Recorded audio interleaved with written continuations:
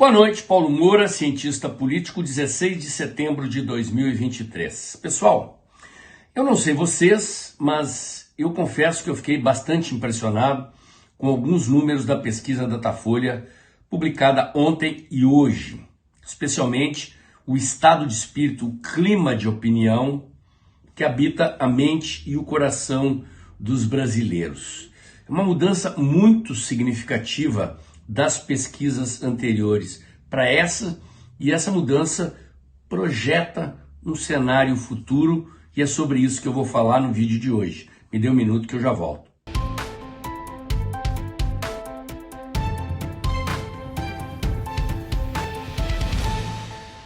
Meus amigos, quero agradecer a todos vocês que doam pelo Pix do canal, especialmente aqueles que tornaram membros.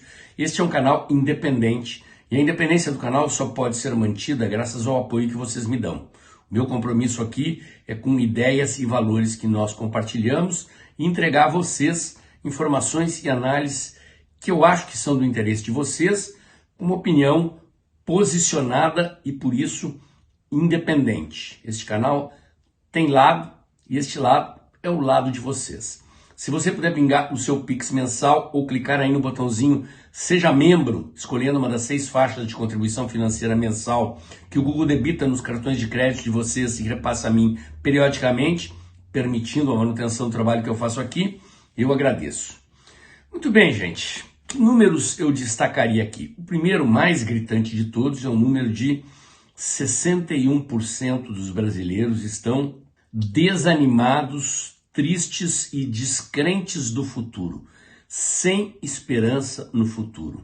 Outro número que me chamou a atenção é o de 45% dos brasileiros com raiva da situação na qual o Brasil se encontra. E, finalmente, um terceiro número, o crescimento de 4 pontos percentuais acima da margem de erro da desaprovação do Lula. Esses números todos destoam bastante de todas as pesquisas, de todos os institutos que publicaram pesquisas desde o início desse governo. Nós estamos nos encaminhando para o final do 9º mês de governo e me parece que há uma mudança significativa no humor da opinião pública, e não é uma mudança estática, é uma mudança que projeta para o futuro problemas para o governo Lula. O número 61% de pessoas sem esperança, desanimadas e tristes, é muito forte, gente. Isso é mais do que a metade, é muito mais do que a metade da população brasileira. É uma maioria muito expressiva. E o que mudou de lá para cá? Bom, vamos retroceder à eleição. A eleição de 2022 foi certamente uma eleição atípica, uma eleição que sofreu interferências que condicionaram o seu resultado. Não foi uma eleição que correu o seu curso natural e cujo resultado foi o resultado do embate de opiniões e de uma escolha consciente, clara e livre do povo brasileiro. É uma eleição cheia de interrogações, de dúvidas e de um clima de forçação de barra para que se produzisse o resultado que foi produzido. Portanto, um clima artificial, se nós formos comparar o curso normal de uma eleição com o que aconteceu na eleição de 2022. Portanto, o estado de espírito de uma boa parcela da população brasileira talvez fosse, até agora, de interrogação, expectativa, observação. Sob circunstâncias naturais, quando um governo se elege, o que acontece com a opinião pública? Quer dizer, uma parcela maior da opinião pública do que a que votou no candidato que elegeu, fica observando o cenário e desejando que o país vá bem. Não se trata de aprovar ou não aprovar no governo. Trata-se de nutrir expectativas de que o governo eleito vá bem, porque o governo indo bem, em tese, o povo vai bem. Então, o eleitor dá um desconto para o governo. Esse período de desconto, digamos assim, é chamado em política de lua de mel. Ou seja, O povo não critica, não ataca, fica observando, desejando que as coisas venham a dar certo. E dependendo do curso dos acontecimentos, a popularidade do governante sobe se as coisas vão bem ou cai se as coisas não vão bem. É difícil analisar o estado de espírito da população brasileira até aqui, porque, ao contrário do que nós vimos acontecer nos 4 anos de governo do presidente Bolsonaro, e agora, depois que o presidente Bolsonaro está fora do governo já há praticamente 9 meses, a grande imprensa que bombardeava sistematicamente o governo anterior e continua bombardeando o presidente Bolsonaro, protege Lula. A maior parte dos noticiários, dos comentários políticos, abastecidos com publicidade governamental, protege o governo. O governo também foi beneficiado pela herança bendita deixada pelo presidente Bolsonaro, especialmente na economia, pelo ministro Paulo Guedes, e por circunstâncias que o favorecem.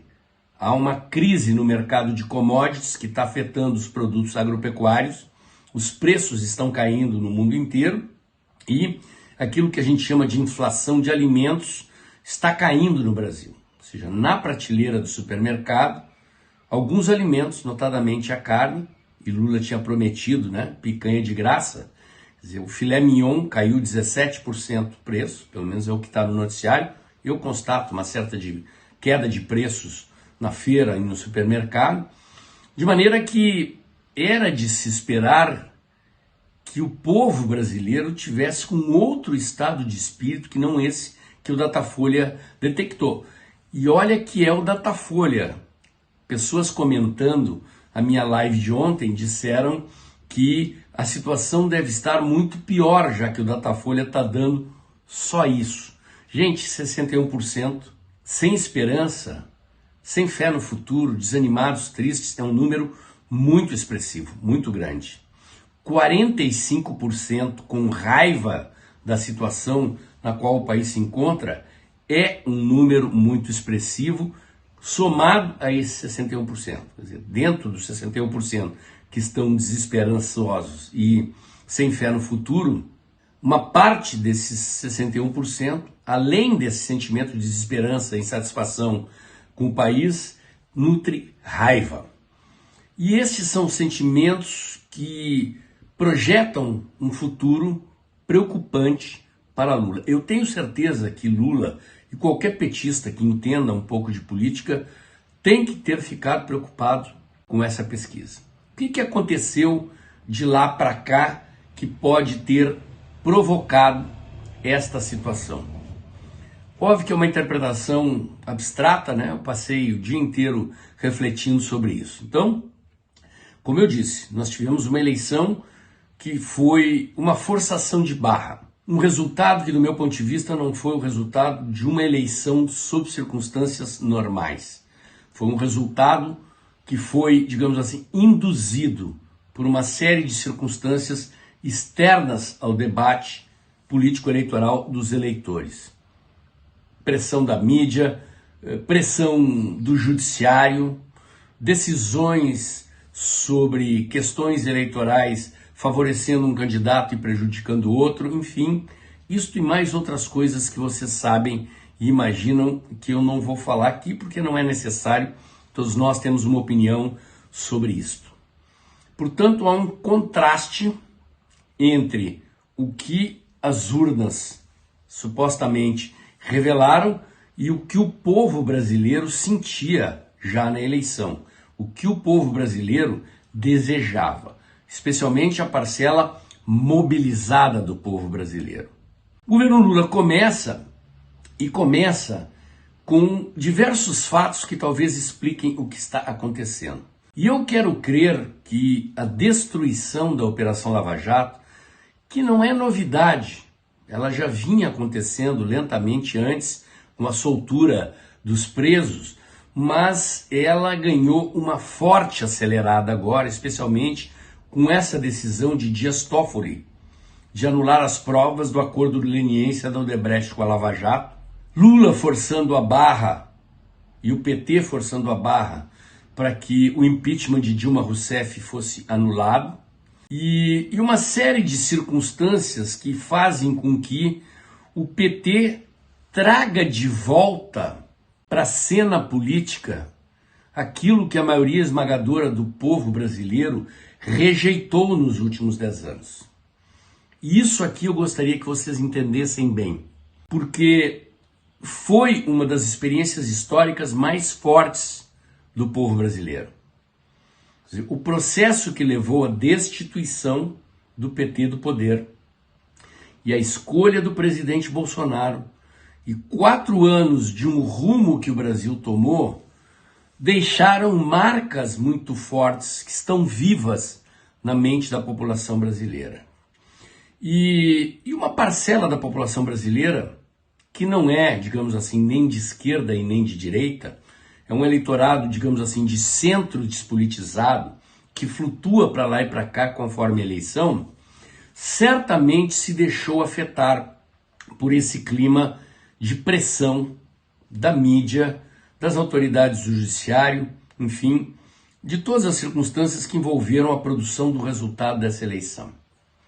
A eleição passou e o eleitor manteve-se em silêncio. A parcela dos eleitores que apoiava o presidente Bolsonaro, mais do que em silêncio, acuada, temendo a perseguição que está acontecendo, mas não é do eleitorado do presidente Bolsonaro, estrito sensu, que eu estou falando. Eu estou falando desta massa de eleitores despolitizados, posições centristas que podem flutuar de uma eleição para outra e que se deixaram influenciar pelas pressões que foram feitas para a produção do resultado, e me parece que essa massa agora percebeu que o rumo das coisas não era exatamente aquele o esperado. Óbvio que houve aqui o aumento da gasolina, ainda vai haver aumentos nos próximos 2 meses, está havendo aumento da carga tributária, mas quero crer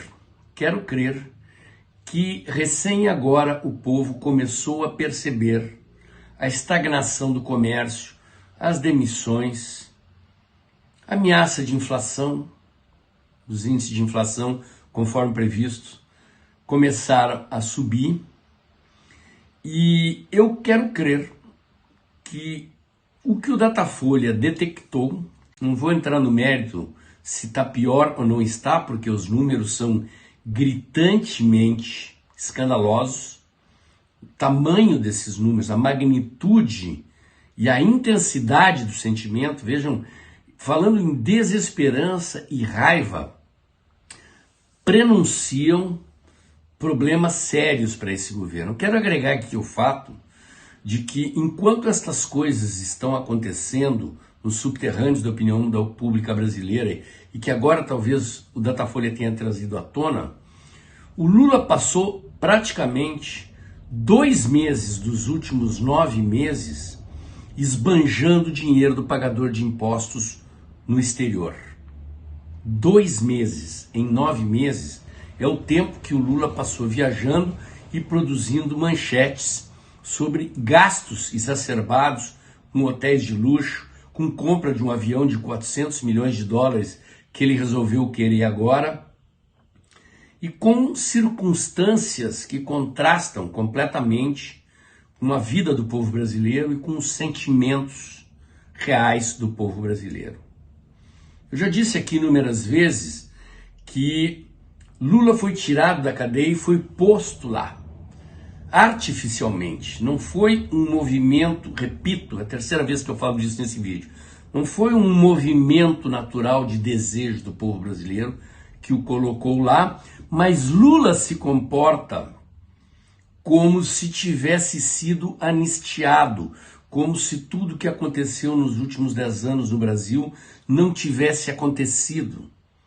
Há uma tentativa sôfrega, desenfreada do PT de deletar os últimos 10 anos, eu já falei isso aí em vídeos anteriores, e de fazer de conta que o governo atual do Lula é uma continuação dos governos petistas anteriores. Acontece que entre os governos petistas anteriores e o governo atual do Lula existe uma cicatriz na história do Brasil. Feridas que deixaram marcas muito profundas e que estão vivas na mente do povo brasileiro. E eu quero crer que o PT, que as autoridades máximas do nosso poder judiciário talvez não estejam percebendo que estão violentando estes sentimentos, que estão reacendendo a memória do povo brasileiro sobre os motivos que levaram a população às ruas para remover Dilma Rousseff do governo e para eleger o presidente Bolsonaro. E se a minha análise está correta, esse movimento que vem pela frente da opinião pública se opondo a este governo tende a ser muito forte, gente. Porque desesperança e raiva são sentimentos muito fortes, no momento sentimentos desmobilizados. O mais próximo que nós chegamos de uma mobilização foi o último 7 de setembro, e eu quero crer que esta manifestação passiva, pode parecer paradoxal, né? Mas a completa ausência de povo nas ruas também se reflete nos números desse Datafolha, que foi a campo colher as entrevistas praticamente uma semana depois do 7 de setembro. Há um conjunto de fatores políticos, econômicos e culturais que explica o que está acontecendo nos subterrâneos da opinião pública e talvez, curiosamente, o Datafolha trouxe à tona a ponta do iceberg. Acho eu que ainda tem muito para emergir e certamente Lula tem sérios motivos para perder o sono. O meu comentário de hoje era esse. Se você gostou, curte, comenta e compartilha. Bota o dedãozinho lá. Aperta o sininho para o YouTube avisar você quando tem vídeo novo no canal. Inscreva-se aqui no meu canal. Inscreva-se também nos meus canais alternativos nas outras mídias sociais. Acompanhe meus comentários diários no canal Tempo e Dinheiro, do jornalista João Batista Olive, de segunda a sexta-feira, um pouco antes das 2 da tarde. E lembre-se, o vídeo está terminando, o mês de setembro está avançando. Se você puder, pingue seu Pix mensal ou torne-se membro do canal. Ajude a manter vivas as nossas ideias e valores e a independência deste canal, cujo único compromisso é com você. E se você puder, compartilhe esse vídeo, leve mais longe os conteúdos e informações que eu entrego aqui diariamente. E amanhã tem mais.